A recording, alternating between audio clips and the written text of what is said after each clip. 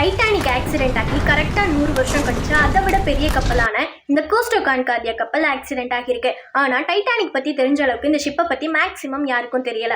இதுக்கு காரணம் ஜாக்கும் ரோஸும் இல்லாதா கூட இருக்கலாம். ஆனால் இது எப்படி ஆக்சிடென்ட் ஆகிருக்குன்னா இந்த ஷிப்போட கேப்டன் பிரான்சிஸ்கோ ஸ்கிட்டினோ செஞ்ச சிறப்பான சம்பவங்கள்னால. இது இட்டாலியை சேர்ந்த ஒரு லக்ஸரியான ஷிப்பு. ஸோ கரெக்டாக ஜனவரி 13, 2012 அன்னைக்கு நைட்டு 7:18 போல இத்தாலி சிவிடாவெச்சியிலிருந்து கிட்டத்தட்ட ஒரு 4000த்திற்கும் மேற்பட்ட மக்களை ஏற்றிக்கிட்டு கிளம்புது. போயிட்டு இருந்த கொஞ்ச நேரத்திலேயே இந்த கேப்டன் என்ன சொல்றாருன்னா, வழக்கமாக போகிற பாதையிலிருந்து ஷிப்பை திருப்பி கிக்லியோ தீவுக்கு போக சொல்றாரு. எதுக்காக அப்படின்னா சைல் பை சல்யூட் செய்யறதுக்காக. இந்த சைல் பை சல்யூட் அப்படின்னா என்னன்னா, அங்கே இருக்க மக்கள் கிட்ட அவங்களுடைய கப்பலை ஹார்ன் அடிச்சு ஆடம்பரமாக காட்டிக்குவாங்க. ஸோ அதுக்காகத்தான் இந்த கப்பலும் போயிருக்கு. ஆனால் இது கரைக்கிட்ட போகாத வரைக்கும் எந்த பிரச்சனையுமே கிடையாது.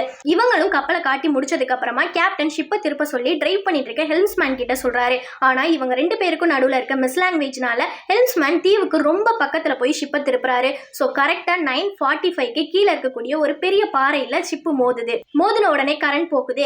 10:15க்கு இத்தாலியிலேருந்து கேப்டனை கால் பண்ணுறாங்க. ஏதாவது ப்ராப்ளமா, நாங்கள் வரட்டுமான்னு. ஆனால் கேப்டன் என்ன சொல்லிட்டாருன்னா, இதெல்லாம் ஒரு எலக்ட்ரிக்கல் ப்ராப்ளம் தான், நாங்களே பார்த்துக்குவோம், அப்படி ஏதாவது பிரச்சனை நாங்களே உங்களுக்கு கால் பண்ணுறோம் அப்படின்னு சொல்லிட்டு கட் பண்ணிட்டாரு. நேரம் ஆக என்ன ஆகுதுன்னா, ஷிப்பு கொஞ்சம் கொஞ்சமாக டில்ட் ஆகி தண்ணிக்குள்ளே மூழ்கிக்கிட்டு இருக்கு. அப்போ தான் கேப்டனுக்கு சீரியஸ்னஸே புரிய வருது. ஸோ கரெக்டாக 10:40க்கு இத்தாலியிலேருந்து செகண்ட் கால் வருது.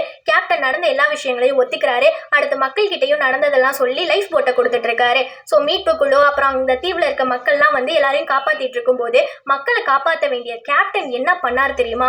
ஆளுக்கு முதல்ல லைஃப் போட்டில் குதிச்சு, நீங்கள் எக்கேடு கெட்டு போங்கடா, செத்தாலும் சரி பொழைச்சாலும் சரி, நான் பொழைச்சிக்கிட்டா போதும் அப்படின்னு தப்பிச்சு போயிட்டாரு. அப்புறம் ஒரு 4000 மக்களை வந்து காப்பாற்றிட்டாங்க. ஆனால் 32 பேர் இதில் இறந்து போயிட்டாங்க. சில பேர் லிஃப்ட்டுக்குள்ளேயே இருந்து இறந்து போயிருக்காங்க.